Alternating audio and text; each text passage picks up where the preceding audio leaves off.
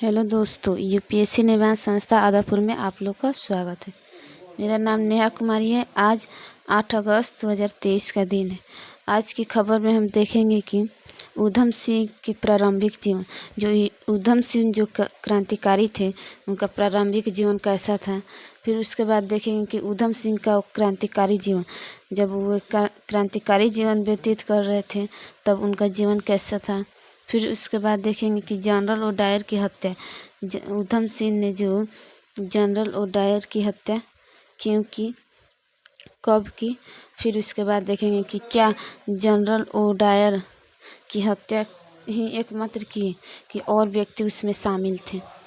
आज की खबर की बात यह है कि जो ऊधम सिंह ने 20 साल तक एक ही व्यक्ति के लिए इतने लंबे समय तक इंतज़ार क्यों किया। आइए इसे समझने की कोशिश करते हैं।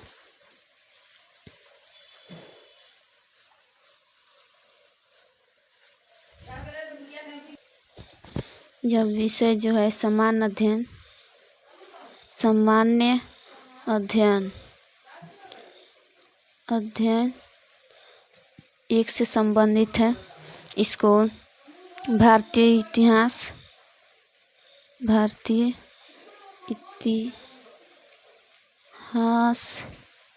से जोड़कर देखा जा सकता है। फिर उसके बाद व्यक्तिगत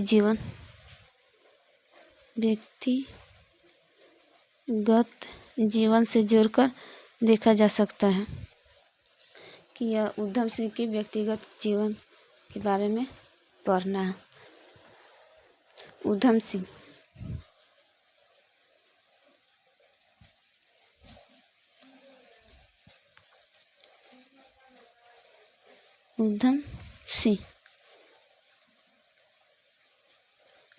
का जन्म 26 दिसंबर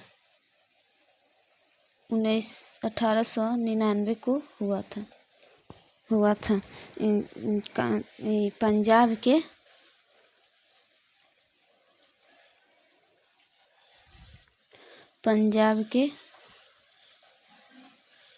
पंजाब क्षेत्र के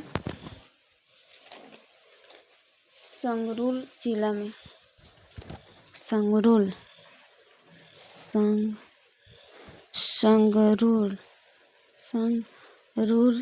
में जिला में हुआ था। उनका जो नाम था उस समय, जब उनका बचपन का नाम था शेर सिंह।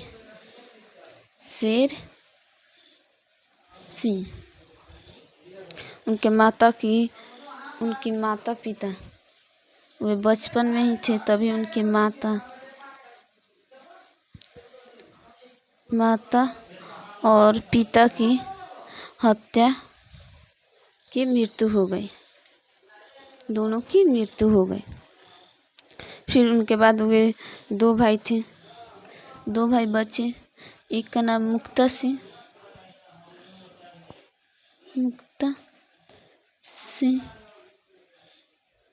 और दूसरा ऊधम सिंह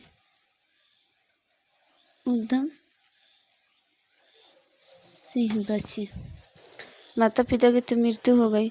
फिर उसके बाद दोनों भाई मुक्ता सिंह और शेर सिंह बचे, जिनमें वो दोनों भाई अमृतसर के सेंट्रल खालसा उन्होंने सेंट्रल खालसा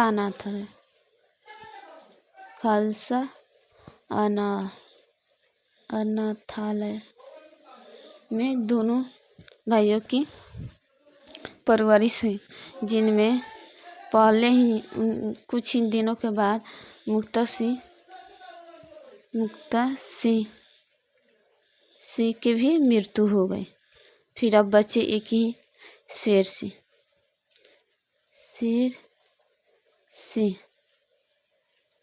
बचे। इन्होंने अपना बचपन का जीवन संघर्ष पूर्ण शेरसी थे, जो अपना बचपन का जीवन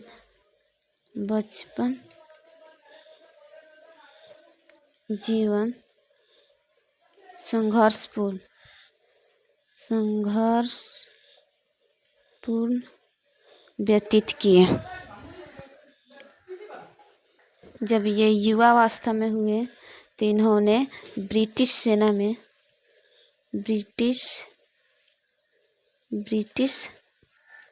सेना में शामिल हुए। कब? तो 1914 में शामिल हुए। इस समय फर्स्ट वर्ल्ड वार, प्रथम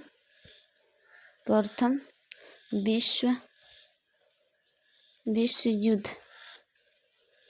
युद्ध था। उसी में जाकर उन्होंने सेना में भर्ती हुए। फिर 1919 में उन्होंने भारत वापस लौटे। इस युद्ध से उन्होंने 1919 में भारत लौटे तो यहाँ पे अपना क्रांतिकारी जीवन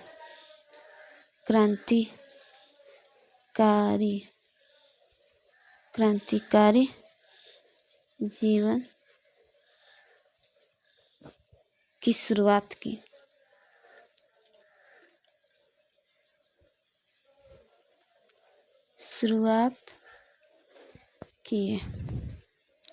वहाँ पे इन्होंने जो 1919 की बात है,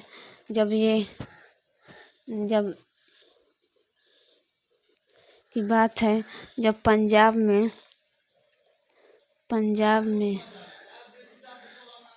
में बहुत सारे नेता और साधारण लोगों ने बैठक कर रहे थे। तभी 1919 में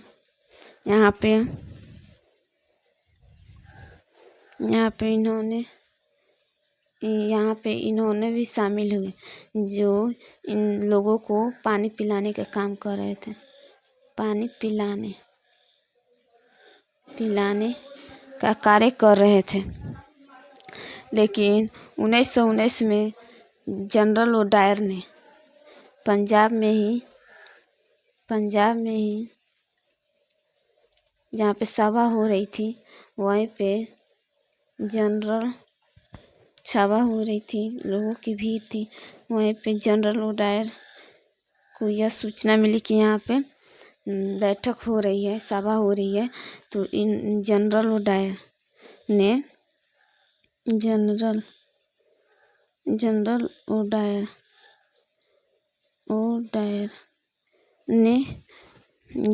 वहाँ पे गया और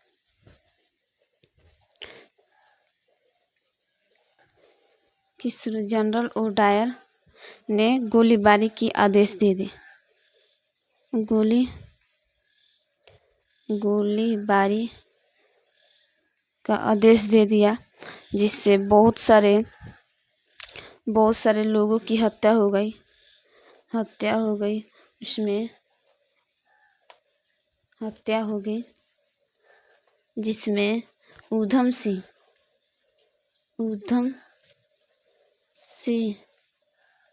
और उसके कुछ साथी भी उस सभा में शामिल थे, जिनमें ऊधम सिंह को तो चोटें लगी थी, वे बच गए, लेकिन उनकी साथियों की मृत्यु हो गई, जिसको देख ऊधम सिंह पर बहुत गहरा प्रभाव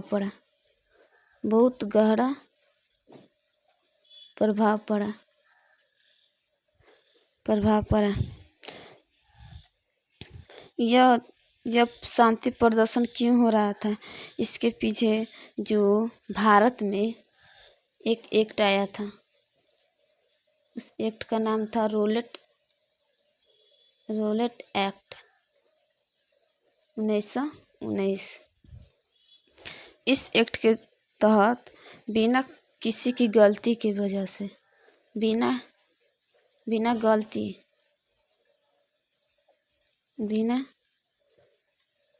गलती के ही लोगों को गिरफ्तार किया गिरफ्तार किया जा रहा था।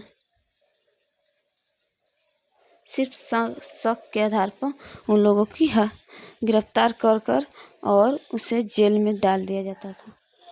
इसमें बहुत सारे लोगों क्रांतिकारियों नेताओं को गिरफ्तार कर जेल में डाल दिया गया था। इन्हीं लोगों के खिलाफ वे लोग आयोजन कर रहे थे, शांति आयोजन कर रहे थे। तभी जनरल डायर ने गोलीबारी कराकर लोगों की हत्या करवा दी। इसके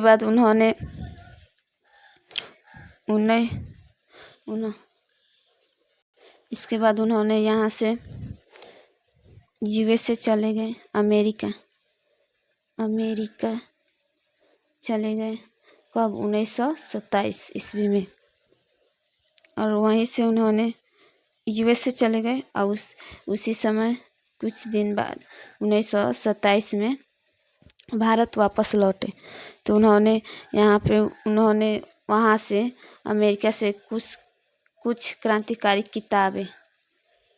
किताबें लेकर आए थे।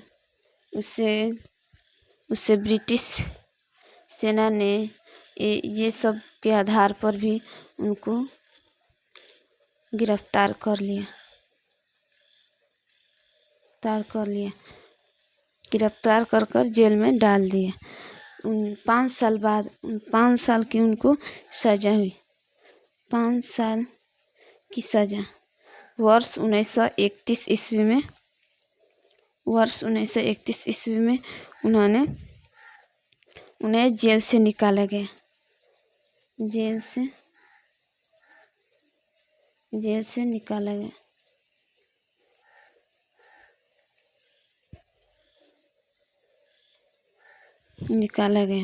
यहाँ से उनको भगत सिंह से मुलाकात हुई।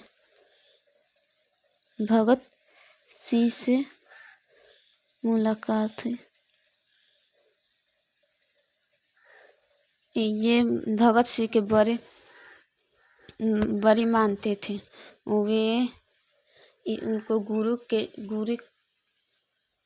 वे अपने गुरु के समान इन्हें मानते थे और वे अपने पॉकेट में हमेशा उनकी तस्वीरें लेकर घूमा करते थे, जिससे यह कहा जा सकता है कि ये भगत सिंह की तरह क्रांतिकारी व्यक्ति थे।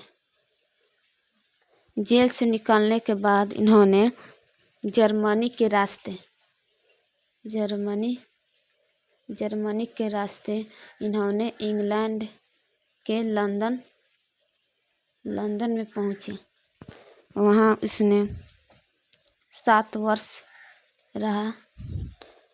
रहा और बहुत उधरे ही उन्होंने बहुत सारे लोगों को अपने भारत के समर्थन में लाने की कोशिश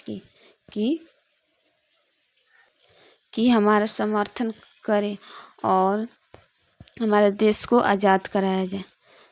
तो उन्होंने वहाँ पे 7 साल रहे और वहीं पे उन्होंने इटली गए। जब ये जर्मनी के रास्ते ये हो गया जर्मनी, इसी के रास्ते इन्होंने लंदन, यहाँ पे लंदन है, लंदन पे जाकर पहुँचे। उन्होंने यहाँ पे 7 साल अपना जीवन व्यतीत किया। यहीं से इन्होंने बहुत सारे देश से सहायता मांगी, जैसे में फ्रांस से, इटली से। यहीं से अपने लिए लोगों का समर्थन प्राप्त किया। और वे ये सब क्षेत्र से, जैसे जर्मनी से, तो जर्मनी के लोगों को तो अपने समर्थन में लाए ही। वहाँ पे फिर गए फ्रांस में, वहाँ से भी अपने समर्थन में लाए। फिर उसके बाद इटली से भी वे जाकर काम किए और वहाँ से भी लोगों को अपन समर्थन प्राप्त किया। फिर यूएसए से भी लोगों को अपने पक्ष में करने की कोशिश की। ये तो हो गई कहाँ से लोगों को जुटाने की कोशिश की। फिर उसके बाद उन्हें प्रवासी, एक क्रांतिकारी ही नहीं थे उधम सिंह, एक क्रांतिकारी ही नहीं बल्कि वे एक प्रवासी मजदूर भी थे। प्रवासी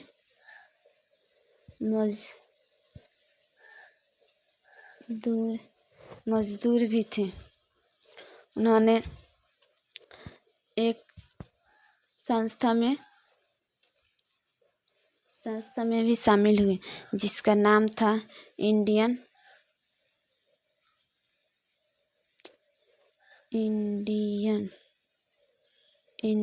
वर्क्स एसोसिएशन में उन्होंने शामिल हुआ, जहाँ पे यह एक ऐसा संस्था था जिसमें प्रवासी मजदूर के हितों की रक्षा की जाती थी। और यहाँ पे मजदूरों के लिए एक कम्युनिस्ट पार्टी थी।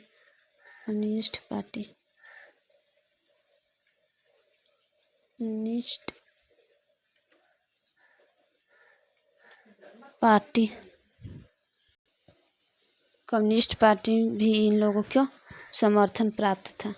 ये पार्टी इन मजदूरों को हितों की रक्षा करता था। तब उसी समय इसके बाद भारत में वर्ष 1919 में जब यह जलियांवाला बाग हत्याकांड हो रहा था, तो उस समय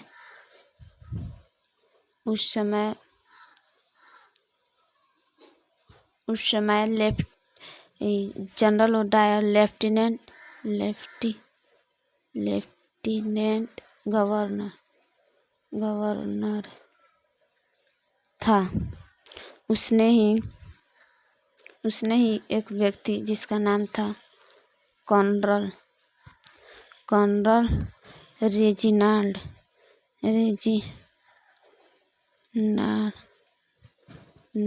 डायर को यह आदेश दिया कि इन लोगों पर गोलियां चलाई जाए।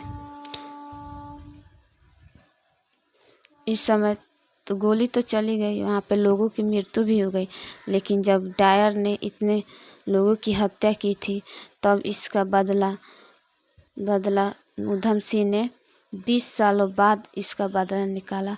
और इन्होंने जो ब्रिटेन गए थे, तो वहाँ पे एक बड़ी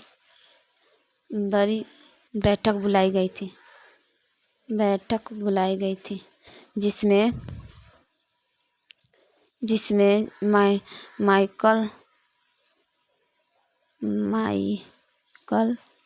माइकल फ्रांसिस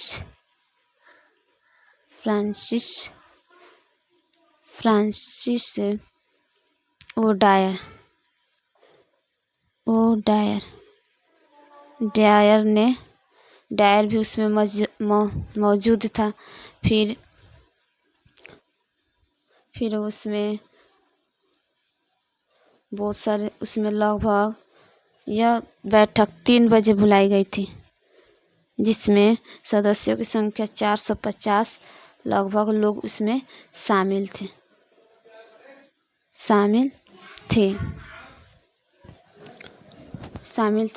उसमें उन्होंने उधम सिंह ने किताब के अंदर बंदूक को ले गए थे। किताब के अंदर बंदूक ले गए थे।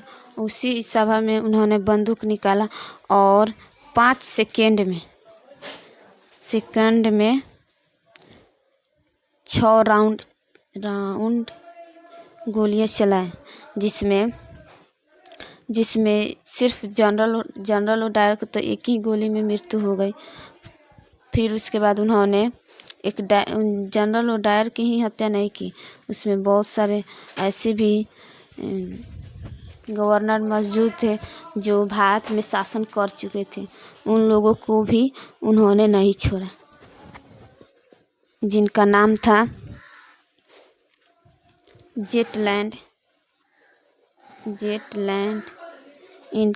इनको भी मार दिए। फिर उसके बाद थे लैमिगटन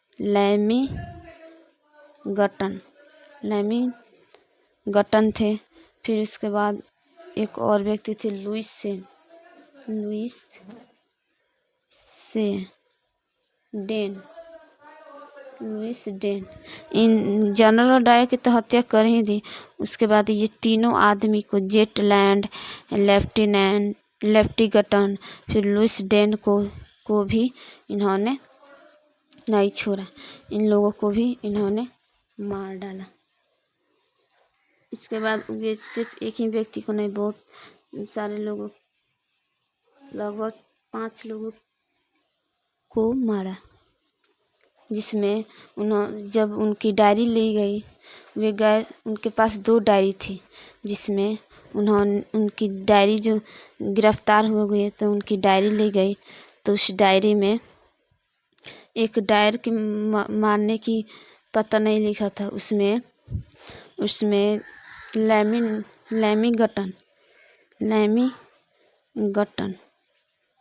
लैमिगटन का भी घर का पता था।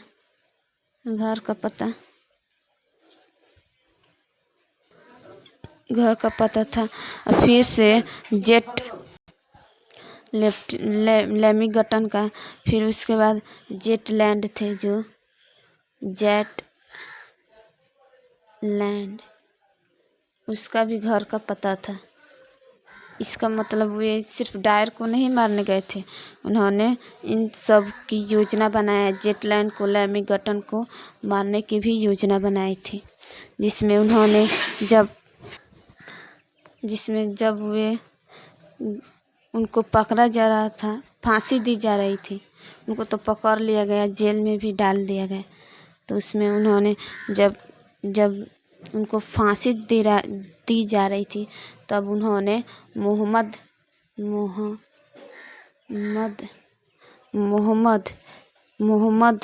सिंह आज़ाद